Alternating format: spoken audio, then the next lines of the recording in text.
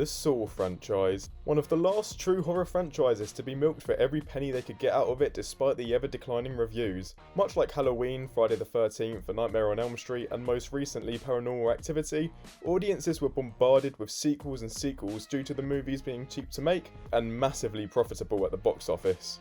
With Spiral coming to theatres, I thought now would be a good time to discuss the franchise leading up to this point. Although I won't be mentioning Spiral itself because UK COVID guidelines are all over the place and the closest cinema it's playing to me is an hour away and I'm not driving that far to watch a Chris Rock detective movie.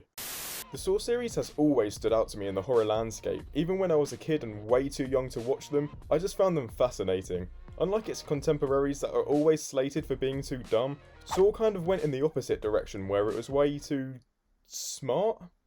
Saws 1 to 7 work kind of like a TV show where each movie carries on pretty much right where the last one left off, and the knowledge of previous movies is essential in watching any of the sequels because of how much they interlock with one another. And because of this, today I'm going to be reviewing and then ranking these movies one by one in an attempt to answer the question, is the Saw franchise as bad as they say, or is there an underrated gem lying here that not enough people give credit? Because of the reputation that the franchise as a whole has garnered, it's pretty easy to forget how solid the first movie actually is. I mean, it's still full of plot holes, but the characterization, plot progression, mystery, score, and direction do such a good job of getting you invested that you simply don't care. It doesn't bother me that it makes no sense for Gordon to try and kill Adam after his family is already dead, because in the moment, my heart is racing, the adrenaline is pumping, and I don't want to see the story of these two characters end like this. It's a pretty thrilling ride from beginning and especially to end, so it really is just the plot holes that keep this back from being any more than a 7 out of 10. I really miss James Wan directing horror movies, with his efforts in Saw being all the more impressive because of the shoestring budget and time constraints. I like the change from Steadicam to shaky cam while filming Gordon to show his decline in mental state and vice versa for Adam. I like Jigsaw being framed in an X shape because X marks the spot for the treasure. And all of the suspense scenes are handled amazingly well. It's definitely the quote scariest Saw movie, using so little in the way of gore or blood to create such an unnerving atmosphere and tone. Geez, I really hope the next movies are helmed by competent horror directors.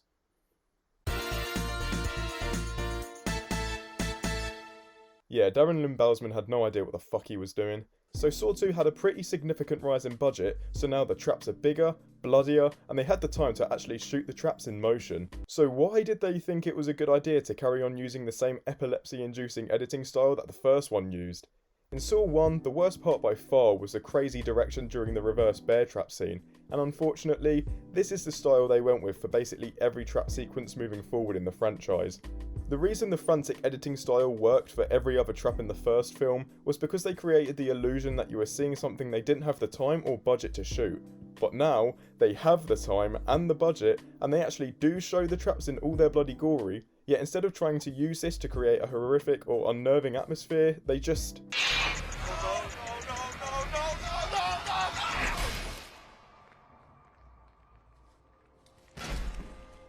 What the fuck just happened? Regardless, Saw 2 is the best of the sequels in my book, and there's still more to like than there is to hate. It's not quite as well paced as the first, but I think the final twists are some of the best in the franchise, and the characters, while they're not hugely fleshed out or likeable in some cases, are way easier to watch and root for than any of the other characters from these movies.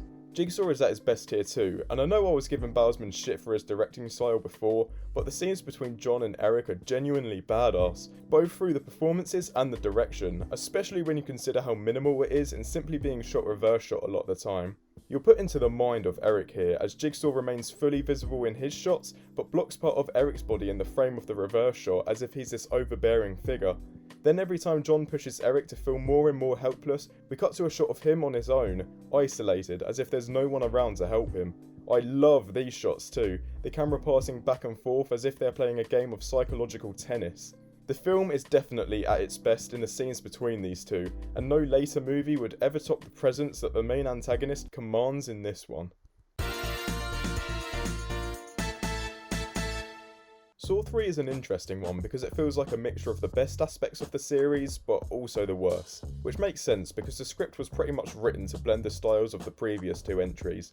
This is definitely a step forward for the direction. There's still some scenes of headache-inducing cutting, but when Bouseman decides to tone it down and just subject you to what's going on screen, the movie can be really disturbing. The opening scene with Eric breaking his own foot and the scene where Adam is suffocated to death cringed me out and made me want to look away more than any other scene in the franchise because of how patient and minimalist the filmmaking is.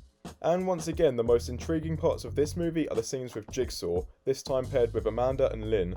The drama and conflict is really tense to watch unfold, especially once you realise you're seeing Amanda slowly lose her sanity as the film's going on.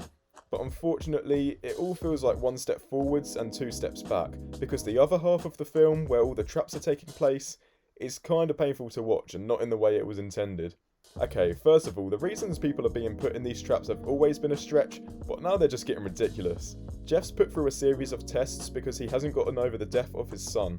So what's the right amount to mourn someone before they get kidnapped and mentally tortured even more? This also introduces the type of trap that Saw 4, 6 and 7 would later use, where it's not someone fighting for their own life, but they have to choose whether to save someone else or not. But I thought Jigsaw didn't kill people, and his whole lesson was to provide the option for people to fight for their own life so they'll appreciate it more when they survive. Where is this guy's option to save his own life? You've literally just killed 3 people, 4 including Jeff's daughter, to try and teach this one guy a lesson. Killing is distasteful! Yeah, you're full of shit. Saw 4 marks the departure of James Wan and Leigh Whannell, who were the ones responsible for the main chunk of the story and screenplays of the movies so far, and oh my god do you feel it. There's no polite way of saying this, Saw 4 is a fucking mess. I said that at times Saw 3 felt like 1 step forward and 2 steps backwards, but Saw 4 just feels like 10 steps backwards. Both the writing and direction are completely abysmal, as this time Darren Bouseman doesn't have a Leigh Whannell script to rein him in, so it's full shaky cam music video editing galore. It's so painfully obvious how much the editors have to try and find something cohesive out of Bouseman's direction. There's so many moments in his movies where the film has to go into slow motion so you can tell what's going on, in scenes that clearly weren't to be slowed down because of how choppy the frame rate is. And don't get me started on the writing, and I'm not just talking about bad dialogue. I started writing down every question the film left me with in the script for this video, but I literally had to cut that section out because the video was getting too long. What I will say is that the screenplay manages to butcher anything good the franchise still had going for it. First of all, Rig is an absolute dud of a main character, and the same can be said for Strom in Saw 5, William in Saw 6, Bobby in Saw 3D, and basically every character in Jigsaw. I couldn't give 2 shits about any of these guys, and the writers clearly didn't either because they die at the end of their respective films anyway. The problem going forward from Saw 3 is obviously the fact that the main villain's now dead, and he was the best thing about Saws 2 and 3, so the future films try so hard to include him through flashbacks that A, it begins to focus more on the villains, taking up screen time that should be devoted to the protagonists, and B, the most interesting parts of these movies have barely any relevance to what's going on in the current timeline. The best scene in Saw 4 is unsurprisingly this one with Jigsaw, and you could pluck it out of the movie and it wouldn't change a single thing about the story. It's convoluted as hell, has some of the worst direction and editing I've ever seen, and put this franchise into full torture porn mode. However, this movie comes with one positive, and that's the fact that Darren Bouseman would never direct a Saw movie again. Oh, for fuck! The best thing about Saw 5 is knowing that David Hackl managed to make a movie that doesn't give you a headache when you're watching it. Now in my opinion, Saw 4 was the worst of the main chunk of the Saw movies, so it does get better from here. However, while Saw 4 suffered from being way too convoluted, the worst thing about Saw 5 is that it's way too simple, and it really shows the flaws in creating such an episodic movie franchise. This is that one episode of the TV series that everyone hates because it's just pure filler, you know? I have so little to say about this movie. I literally watched it hours ago at the time of writing this, and it's already such a blur of nothingness. All I properly remember thinking is how I have no idea why Hoffman is still carrying out Jigsaw's work. In the flashbacks, it kind of just seems like he's going along with John because he was blackmailed. But now John's dead, why even continue? Does he agree with Jigsaw's morals? Does he enjoy this shit? He's literally in 5 out of these 8 movies, and I know so little about what's actually going on with this character. Yeah, he's kinda cool at times, but other than that, he's as much of a dud of a character as the protagonists at this point. By this point in my Saw marathon, I was feeling really fatigued. I missed when the main villain of this franchise was actually doing stuff, and he was just this cold mastermind instead of an absolute omniscient god that could predict everything. I missed when this plot wasn't such a massive cobweb of connected characters and flashback sequences. I miss when the traps actually made me feel something. I'll come out and say it, I was just bored, that's all there is to it. No, just cut the music. Let's just get this over with. I don't care anymore.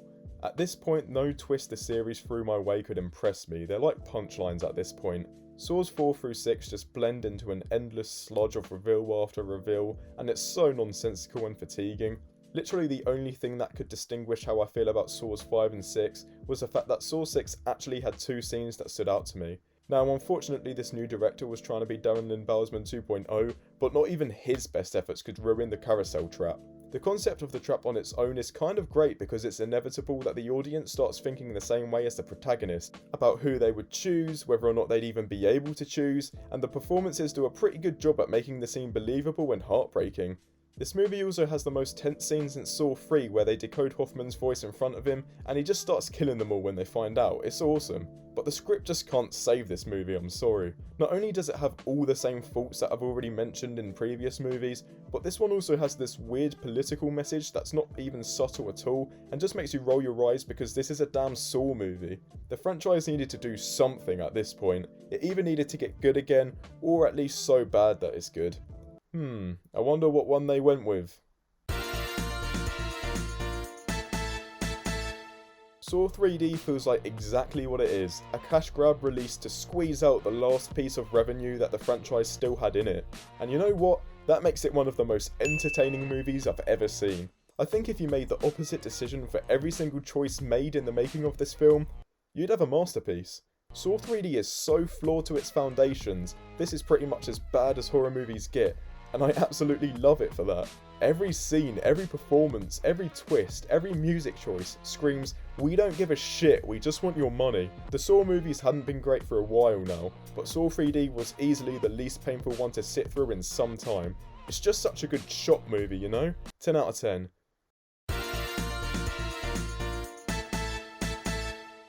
Jigsaw is the exact opposite. After a 7-year hiatus, the series came back with a sound of some sort, definitely not a bang. When a franchise goes so long without an installment, you'd imagine that when it returns, it's because there was a new idea that would breathe a new life into the franchise to make the return worth something. This could not be further from the truth with Jigsaw. This movie is so painfully unimaginative that it's easily the biggest waste of time in the franchise. To go 7 years without an entry, and then revive the series just to recycle the same 2 twists nearly every Saw sequel used, not come up with any memorable or even creative trap scenes, and completely ruin the timeline for the whole franchise, results in a movie that leaves a real bad taste in your mouth. Not that the Saw franchise was ever perfect, but Jigsaw is the final nail in the coffin that officially solidifies this franchise as absolute nonsense for a great part of it. So with that said and all movies pre-Spiral covered, it's time to answer the question, is Saw an underrated franchise? Yes and no. I know that's probably not the most exciting answer for the video to end on, but I see it like this. The original Saw trilogy has some great stuff in it, especially for the horror genre, and I'm pretty confident in putting most of the praise for that on the shoulders of James Wan and Leigh Whannell. Saws 4 to 7 are kind of cool in how much they intertwine, but the writing suffers from trying way too hard to make sure everything connects, and neglecting things like character depth, especially once you consider that a great deal of Saw 1 is just 2 guys coming to terms with how little they've been appreciating life. By Saw 4, the formula became, have a bunch of detective stuff going on, throw in a barely related game plot to keep the gore fans happy, and throw in a bunch of twists at the end, and it makes each movie progressively dumber and convoluted, without a single relatable character in sight to give an emotional core to what's going on. Bottom line is this, Saws 1 to 3 are underrated in my opinion, with clever plots, effective trap concepts, and decently emotional character drama, but I believe the merits of these earlier films are forgotten due to the mess that is Saws 4 to Jigsaw, and in my book, the poor reception of these entries is justified, making the Saw franchise a mixed bag that is underrated in some aspects and deserving of its slander in others. To close out the video, my official rankings of the Saw franchise goes Jigsaw, 4, 5, 6, Saw 3D, 3, 2, and 1. So let me know what you guys think. Do you think the Saw franchise is underrated? And if so, how would you rank them? Leave a comment to let me know, and while you're there, don't forget to like and subscribe. I'll see you soon.